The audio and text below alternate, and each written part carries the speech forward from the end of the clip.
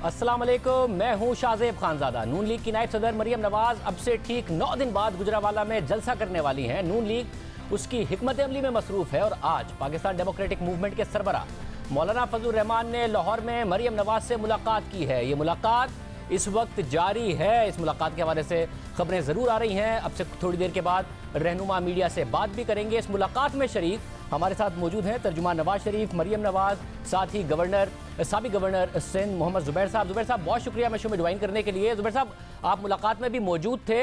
ये क्या आगे की हिकमत अमली पर बात हुई है? किन चीज़ों पर क्या मामला तय पाए हैं? कुछ नया है इस मुलाकात में, इन मुकदमात के बाद, बगावत के और इन तमाम चीज़ों के बाद?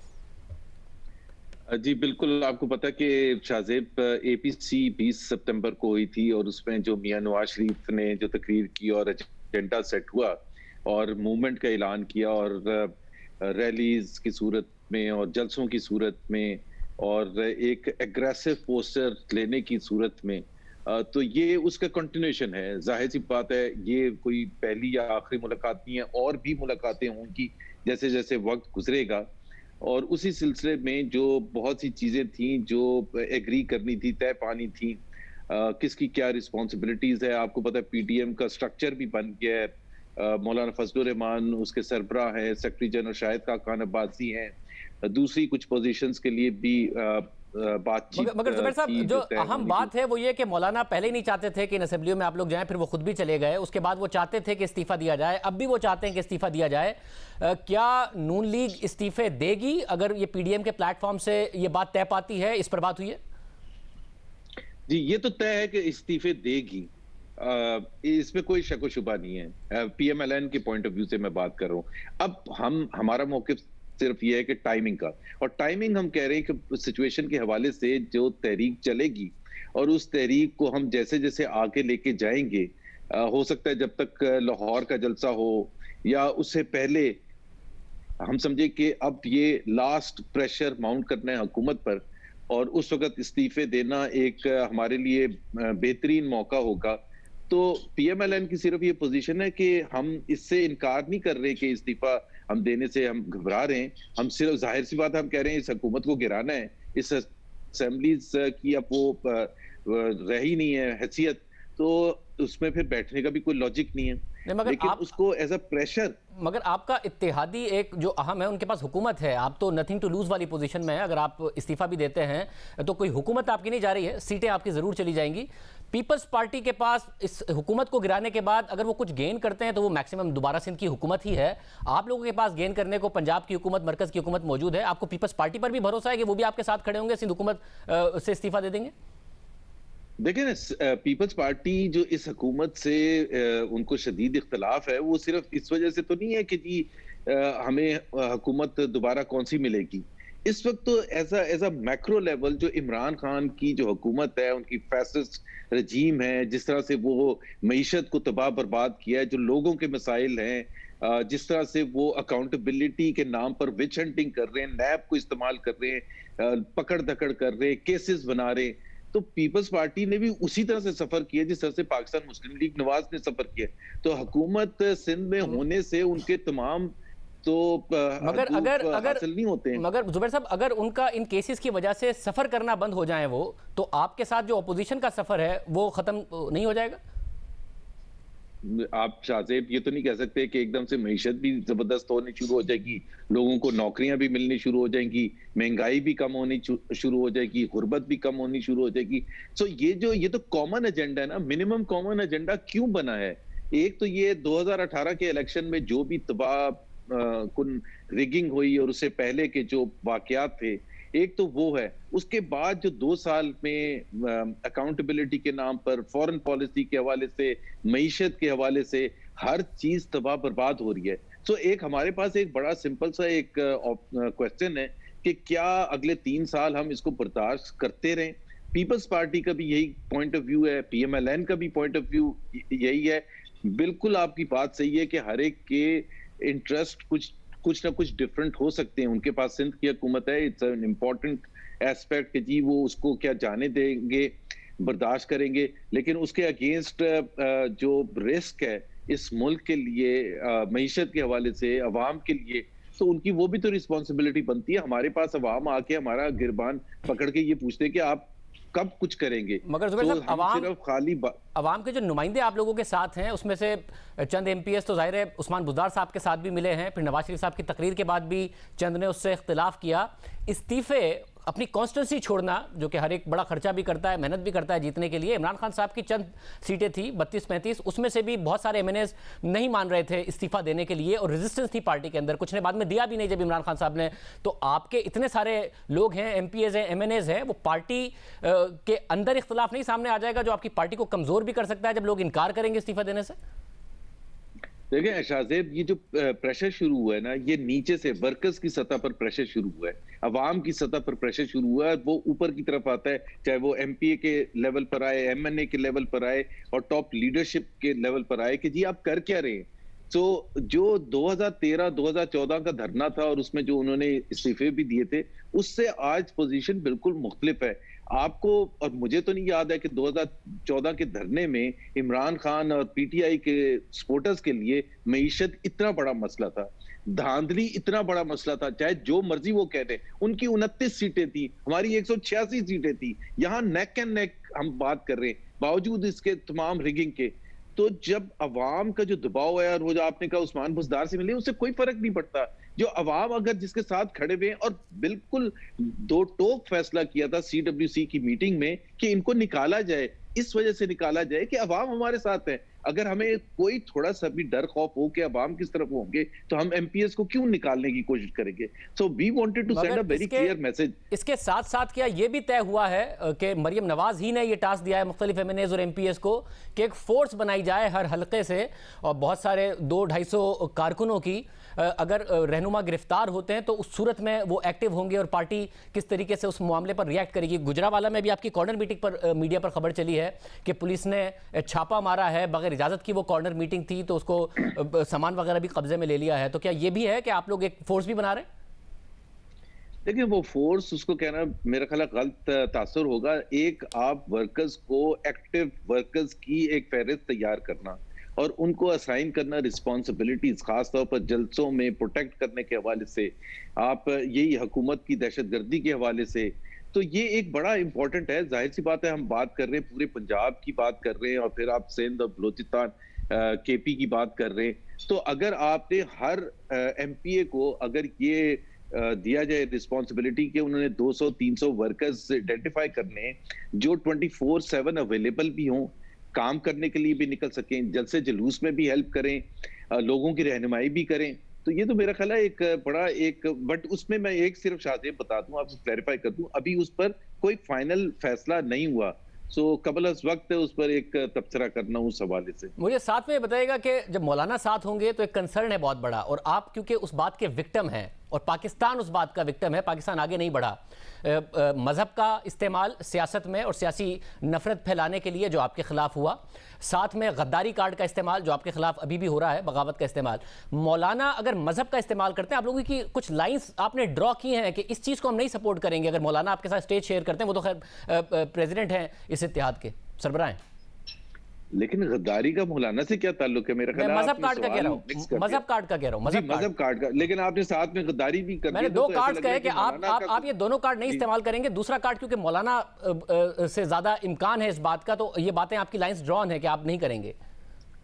ये हमारा बड़ा क्लियर मौकिफ है, और मौलाना के साथ भी बड़ा क्लियर मौकिफ है कि पाकिस्तान का एक आइन है, वो उसमें इस्लाम के हवाले से बड़ा क्लियर कट फंडामेंटल्स डिफाइंड हैं। वो हमारी बुनियाद है, आइन की बुनियाद है, और हम आइन की हुक्मरानी की तो जंग लड़ रहे हैं। सो हम उसमें से वो पार्ट कैसे निकाल के कह सकते हैं कि जी इस पर बात नहीं होगी।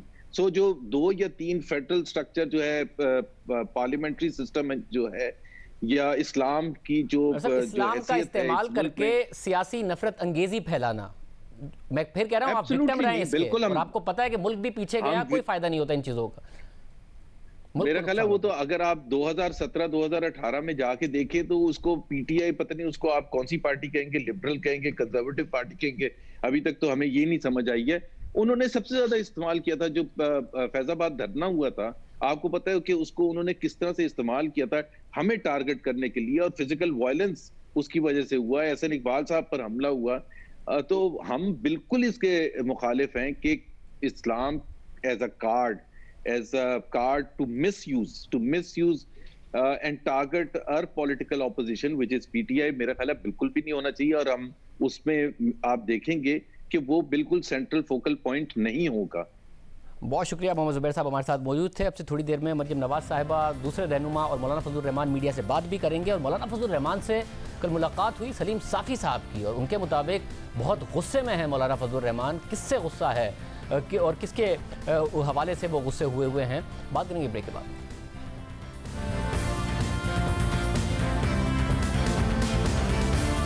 मौलाना फजलुर रहमान अपोजिशन के इत्तेहाद की सरबराही कर रहे हैं। कल सलीम साफ़ी साहब की मुलाकात हुई और उनके मुताबिक मौलाना बहुत गुस्से में है। किससे गुस्से में है, इत्तेहादियों से या किसी और बात पर? साफ़ी साहब बहुत शुक्रिया। साफ़ी साहब की तफसील से बात हुई है। मौलाना का प्लान क्या है? पिछला धरना उन्होंने दिया, आखिर में अकेले रह गए और फिर नाकाम भी हो गए, कुछ हुकूमत का नहीं बिगाड़ पाए।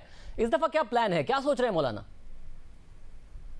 गुस्से में वो इसलिए हैं कि वो ये समझते हैं कि 2013 के इलेक्शन में भी उनके साथ धोखा हुआ और 2018 के इलेक्शन में भी बकौल मौलाना के उनका हिस्सा जो था वो उनसे छीन के, जो उनके सबसे बड़े मुखालिफ और नक़ाद और हैं सियासी हरीफ हैं, उनको दे दिया गया।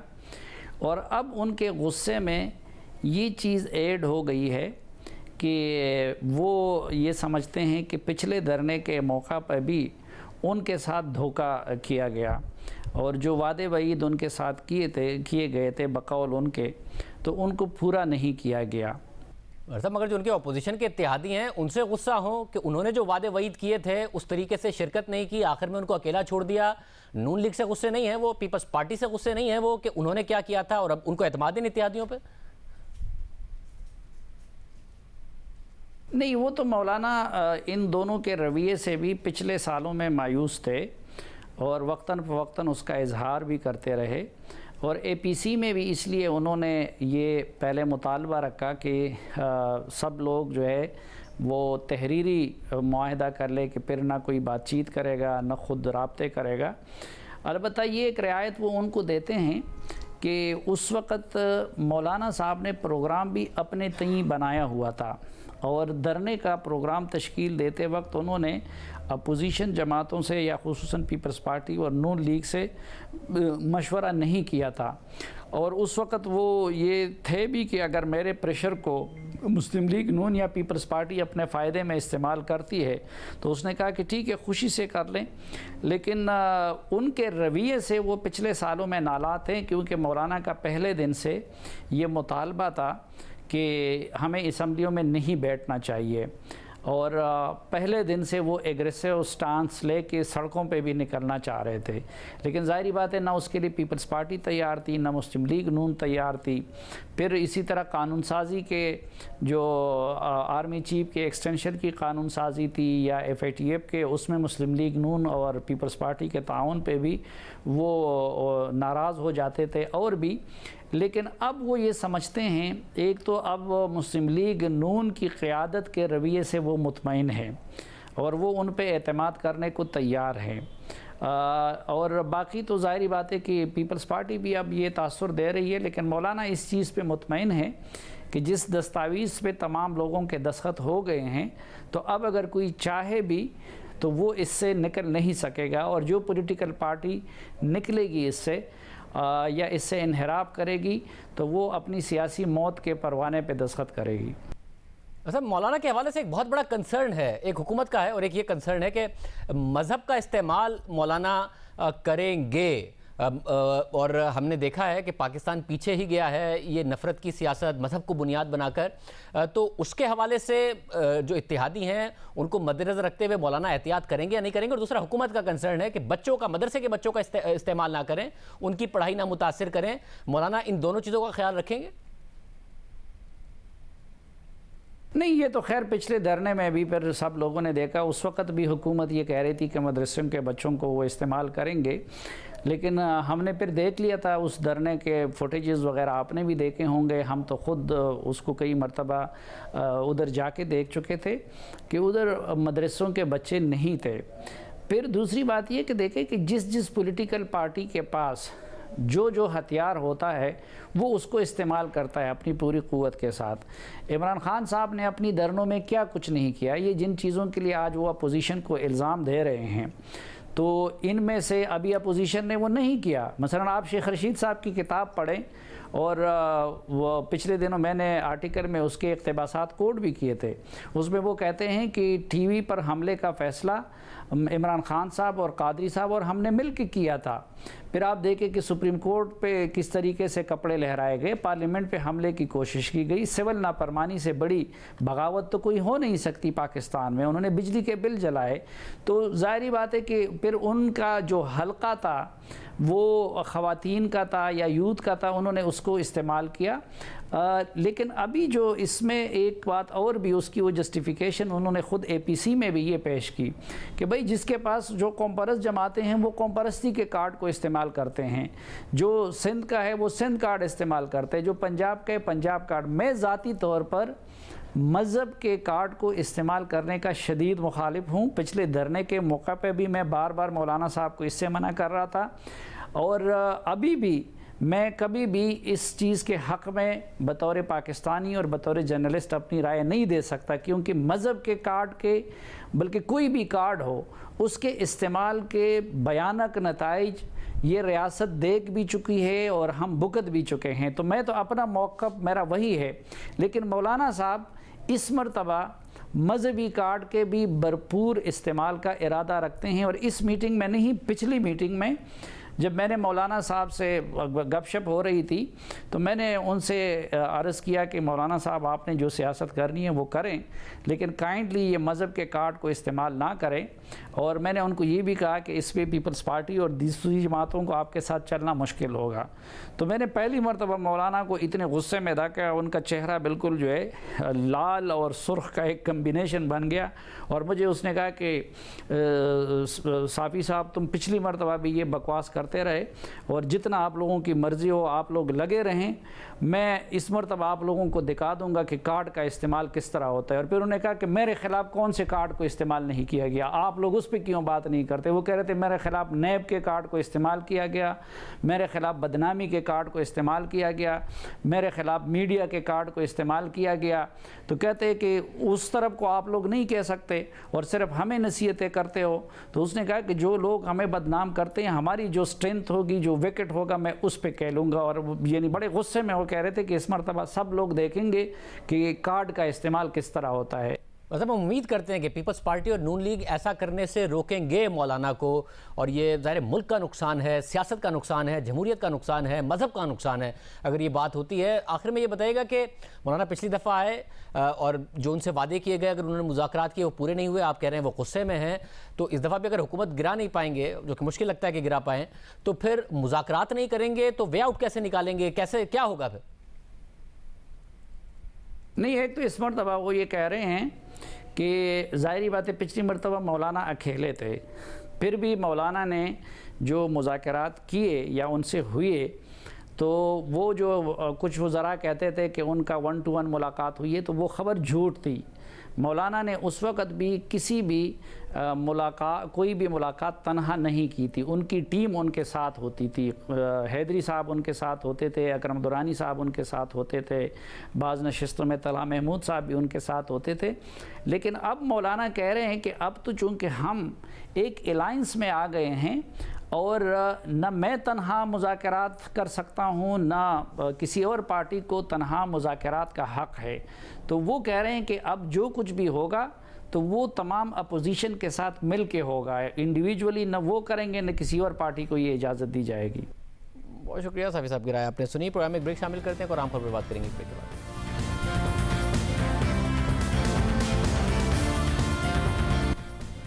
हुकूमत के लिए इस वक्त सबसे बड़ा मसला ओपोजिशन बनी हुई है, ओपोजिशन का इत्तेहाद बना हुआ है। नवाज शरीफ के बयानिए के खिलाफ एक बयानिया देती हुकूमत हर वक्त नज़र आती है, मगर क्या अवाम का भी सबसे बड़ा मसला नवाज शरीफ की तकरीर और नवाज शरीफ का बयानिया है? गैलप पाकिस्तान के सर्वे के मुताबिक 33% अफराद ने सर्वे में साबिक वज़ीर आज़म APC में साबिक वज़ीर आज़म नवाज शरीफ के बयानिए की हिमायत की है, जबकि 39% ने उनके बयानी की मुखालफत की है। 33% ने हिमायत और उससे ज़्यादा 6% ज़्यादा 39% ने नवाज शरीफ के बयानी की मुखालफत की है।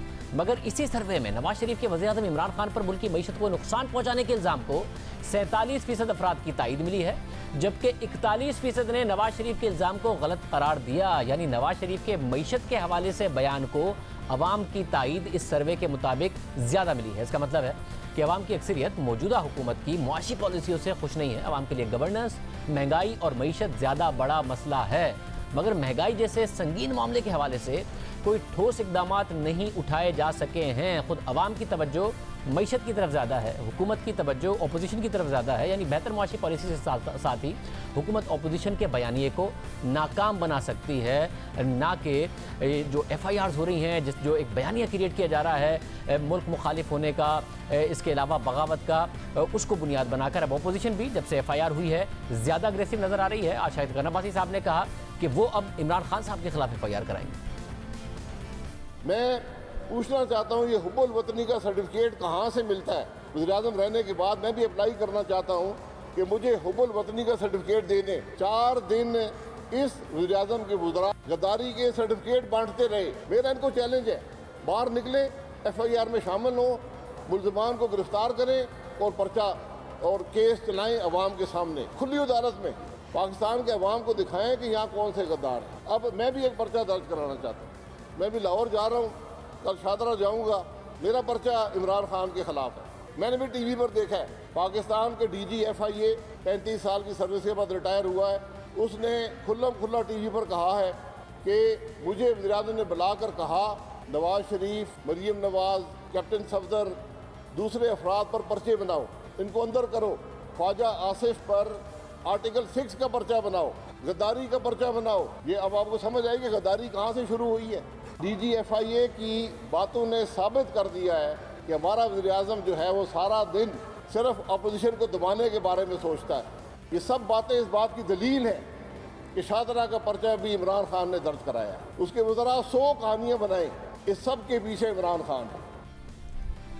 दूसरी तरफ वज़ीर-ए-आज़म के बाब ने खुसूसी बराए दाखिला मिर्ज़ा शहजाद अकबर ने बशीर मेमन की तरफ से वज़ीर-ए-आज़म पर लगाए गए इल्ज़ामात को बेबुनियाद करार दिया और कहा कि बशीर मेमन को साबिक़ वज़ीर-ए-आज़म शाहिद खान अब्बासी ने FIA का सरबराह बनाया और नवाज शरीफ ने उन्हें IG आज़ाद कश्मीर लगाया था, इसलिए वो नून लीग के साथ राब्ते में रहे और उन्हें फ़ायदा पहुँचा रहे थे।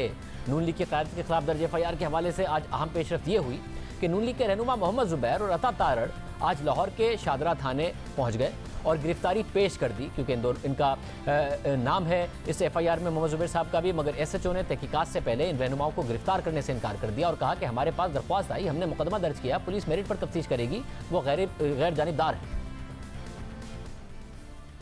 इस तरीके से होनी है और किसकी होनी है, ना किसी बेगुनाह बंदे को पकड़ा जाए, ना आज तक इसमें कोई मूवमेंट हुई है कि किसी को पकड़ने के लिए पुलिस भागी हो। अब इसकी वेरिफिकेशन इसके हक़ाइक़ की है और जो प्रोसिक्यूशन इसमें जो कानूनी तकाज़े बताएगी उसके बाद इसको आगे बढ़ाएंगे। हम आपके लिए उतने ही इम्पार्शियल हैं जितने किसी और बंदे। आपसे हमारी कोई ज़ाती लड़ाई नहीं है, ना जमात से ना किसी पद से। हम आपके लिए सर्वेंट है, जितना एक आम आदमी का हक है उतना आपका किसी पार्टी का भी चाहे बंदा हो। हमारी इसमें कोई इन्वॉल्वमेंट नहीं है। मोहम्मद ज़ुबैर खुद पुलिस स्टेशन पहुंच गए थे और उन्होंने कहा कि तफ्तीशी अफसर थाने से गायब हो गए, कोई ओनरशिप लेने को तैयार नहीं। इमरान खान साहब का ख्याल ये था कि जब मुकदमे कायम किए जाएंगे तो हम सब डर जाएंगे। आप 40,000 PMLN के वर्कर्स पर मुकदमे करें, वो फिर भी बाहर आएंगे। ये जो इन्वेस्टिगेशन ऑफिसर होता है वही मौजूद नहीं है, वो गायब हो गया हमारे आने से पहले, तो कोई ओनरशिप लेने के लिए तैयार नहीं। अपोजिशन समझती है कि इस FIR के पीछे हुकूमत है, मगर आज वज़ीर कानून पंजाब राजा बशारत ने भी मीडिया से बात करते हुए कहा कि इस FIR का हुकूमत से कोई ताल्लुक नहीं, पुलिस तहकीकात करके कानून के मुताबिक इस मामले को देखेगी। इसके अलावा गुज़िश्ता रोज़ गवर्नर पंजाब चौधरी सरवर ने भी वाजे किया कि हुकूमत ने FIR दर्ज नहीं कराई, SHO से तहकीकात होनी चाहिए। मगर आज डॉन अखबार में शाया होने वाली खबर के मुताबिक पंजाब और वफाकी हुकूमत खुद को इस FIR से दूर कर रही हैं, लेकिन कुछ सवालात उठते हैं कि कैसे एक SHO को 2 साबिक वज़ीर-ए-आज़म, आज़ाद कश्मीर के वज़ीर-ए-आज़म, 3 साबिक फौजी अफसरान, साबिक गवर्नर सिंध, साबिक वज़ीर दिफा और दाखिला, साबिक वज़ीर कानून पंजाब और दीगर के खिलाफ बगावत का मुकदमा दर्ज करने का इख्तियार दिया गया। खबर के मुताबिक थाने आम तौर पर तब तक मुकदमा दर्ज नहीं करते जब तक वाकया उनकी हुदूद में ना हो। नवाज शरीफ ने इस्लामाबाद में होने वाली एपीसी से 20 सितंबर को खिताब किया, फिर 1 अक्टूबर को मॉडल टाउन लाहौर में नून लीग की सेंट्रल एग्जीक्यूटिव कमेटी के इजलास से खिताब मॉडल टाउन में किया, मगर मुकदमा शादरा थाने में दर्ज हुआ। इसके अलावा उनसे गुफ्तगू में पंजाब के वज़ीर इत्तलात फैज़ुल हसन चौहान ने कहा कि हम तफ्तीशी मरहले पर FIR से आज़ाद कश्मीर के वज़ीर आज़म राजा फारूक हैदर का नाम निकालेंगे, लेकिन केस में नामजद दीगर अफराद के खिलाफ कानून के मुताबिक तहकीकात होंगी। एक तरफ पंजाब हुकूमत तहकीकात भी चाह रही है और तहकीकात से एक नाम भी निकाल रही है। इस तरह बगावत का एक मुकदमा इसी तरह का गुजरावाला के थाने में 2 अक्टूबर को नून लीग के रहनुमा कैप्टन सफदर और दीगर रहनुमाओं के खिलाफ दर्ज किया गया और इस हवाले से कैप्टन सफदर 10 अक्टूबर तक हिफाजती जमानत पर हैं। आज भी गुजरावाला की पुलिस ने मुकदमे में नामजद अफराद को तलब किया, मगर वो पेश नहीं हुए। नून लीग की लीगल टीम पेश हुई, मगर पुलिस ने कहा कि लीगी रहनुमाओं को ज़ाती हैसियत में पेश होने के लिए नोटिस भेजे थे। लीगी रहनुमा खुद पेश हों ना आए तो आज भी गैर हाजिर तस्वुर किया जाएगा। अब मुकदमात कायम हो रहे हैं और हुकूमत ने इशारा दिया है कि गिरफ्तारियां भी हो सकती हैं। आज पंजाब काबीना की सब कमेटी का अमन-ओ-अमान पर इजलास हुआ, जिसमें अपोजिशन जमातों से मुतालिक अहम फैसले किए गए। अपोजिशन की सरगर्मियों से मुतालिक स्पेशल ब्रांच को खुसूसी टास्क सौंपा गया, जो खबरें सामने आई, और उन्हें अपोजिशन जमातों के सरगर्म कारकुनों की फहरिस्तें तैयार करने का भी हुक्म दिया गया है और मुकदमात का सामना करने वाली अपोजिशन जमातों के रहनुमाओं और कारकुनों की रिपोर्ट भी तलब की गई है। ये पूरी की पूरी सूरत हाल इस वक्त बन रही है। प्रोग्राम में एक ब्रेक शामिल करते हैं और आपको बात करें।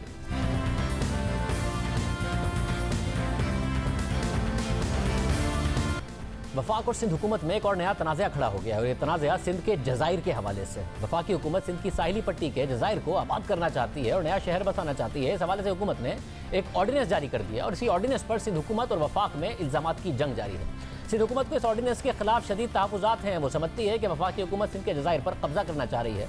5 अक्टूबर को बिलावल भुट्टो ज़रदारी ने ट्वीट में सदारती ऑर्डिनेंस पर रद्द-ए-अमल देते हुए कहा था कि पीपल्स पार्टी PTI हुकूमत की जानिब से सदारती ऑर्डिनेंस के जरिए सिंध के जजीरों के गैर कानूनी तौर पर इल्हाक की मुखालफत करेगी। उन्होंने मज़ीद कहा कि मैं पूछता हूँ कि सिंध के जज़ाइर के इल्हाक मकबूजा कश्मीर में मोदी के इक़दामात से किस तरह मुख्तलिफ है। बहुत सख्त बात बिलावल भुट्टो ज़रदारी की तरफ से की गई। कौमी असम्बली, सूबाई असम्बली और सेनेट में इस इक़दाम की मुखालफत करेंगे, ये भी उन्होंने कहा। जवाब में वफाकी वज़ीर अली ज़ैदी ने 6 जुलाई को जारी होने वाला वो ख़त सामने कर दिया, वो ले आए, जो सेक्रेटरी लैंड यूटिलाइजेशन सिंध की तरफ से कैबिनेट डिवीज़न को लिखा गया था और इस खत के मतन के मुताबिक वफाकी हुकूमत की दरख्वास्त पर अवामी मफाद के लिए जजीरे की हवालगी कर रहे हैं। जजीरे पर तामीरात में मकामी अफराद और माहिगीरों के मफाद का तहफ़्फ़ुज़ किया जाएगा। खुद सिंध हुकूमत की तरफ से खत लिखा गया।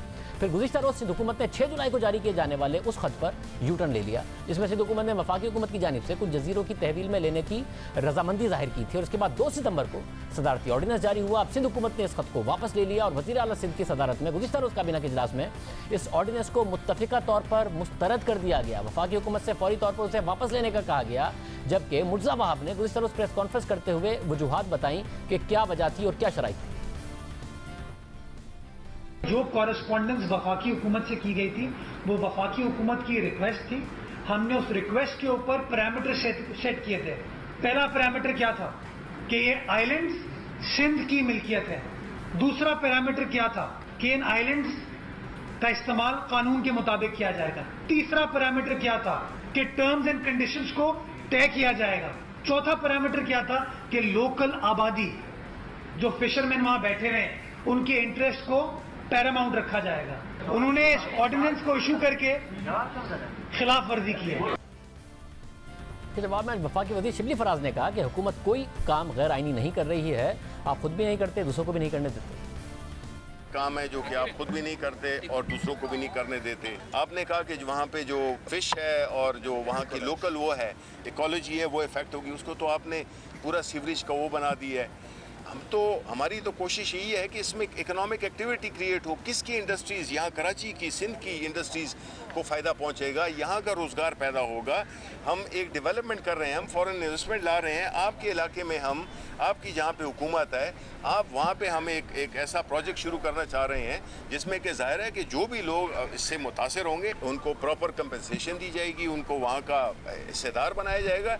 ये तो हम एक काम है जो कि डेवलपमेंट का काम कर रहे हैं और उसको ये सियासत की नज़र हमेशा करते हैं। Pakistan island development authority ordinance में आखिर है क्या जो तनाज़े की वजह बन रहा है? इस ऑर्डिनेंस के मुताबिक वफाकी हुकूमत सिंध और बलूचिस्तान के तमाम जज़ायर की मालिक होगी। उसके तहत पाकिस्तान आइलैंड्स डेवलपमेंट अथॉरिटी कायम की जाएगी जो जज़ायर और साहिली इलाकों में हर किस्म की तरक्याती स्कीमों और मनसूबों को सरअंजाम देने की मिजाज होगी। साहिल से समंदर के अंदर 12 नॉटिकल माइल तक का हिस्सा अब अथॉरिटी की मिल्कियत तस्वुर किया जाएगा और इस अथॉरिटी का दफ्तर कराची में होगा और उसके सरबराह वज़ीर आज़म खुद होंगे। अथॉरिटी के मामला चलाने के लिए 5 से लेकर 11 मेंबरान पर मुश्तमिल एक बोर्ड भी तश्कील दिया जाएगा और इस बोर्ड का सरबराह चेयरमैन होगा जिससे 5 सालों के लिए मुंतखब किया जाएगा। अथॉरिटी इन जज़ायर की ज़मीन को मुंतकिल करने, इस्तेमाल करने, टैक्स की वसूली और इन ज़मीनों की फ़रोख्त का इख्तियार रखती है। ऑर्डिनेंस के मुताबिक इसे किसी अदालत में चैलेंज नहीं किया जा सकेगा। अब माहिरीन का ख्याल है कि ऐसा करने से मकामी आबादी मुतासिर होगी, माहिर गिरोह का ज़रिया रोज़गार मुतासिर होगा। BBC की रिपोर्ट के मुताबिक ये जज़ायर 50 से ज़ायद पौधों की इक़साम और दुनिया के नायाब समंदरी कछुए, समुद्री सांप, 50 से ज़्यादा परिंदों की मकामी इक़साम और हज़ारों सरमाई परिंदों का मस्कन है और ये सब इससे मुतासिर हो सकते हैं। आज के बाद में इतना ही, खिला दीजिए। अल्लाह हाफ़िज़।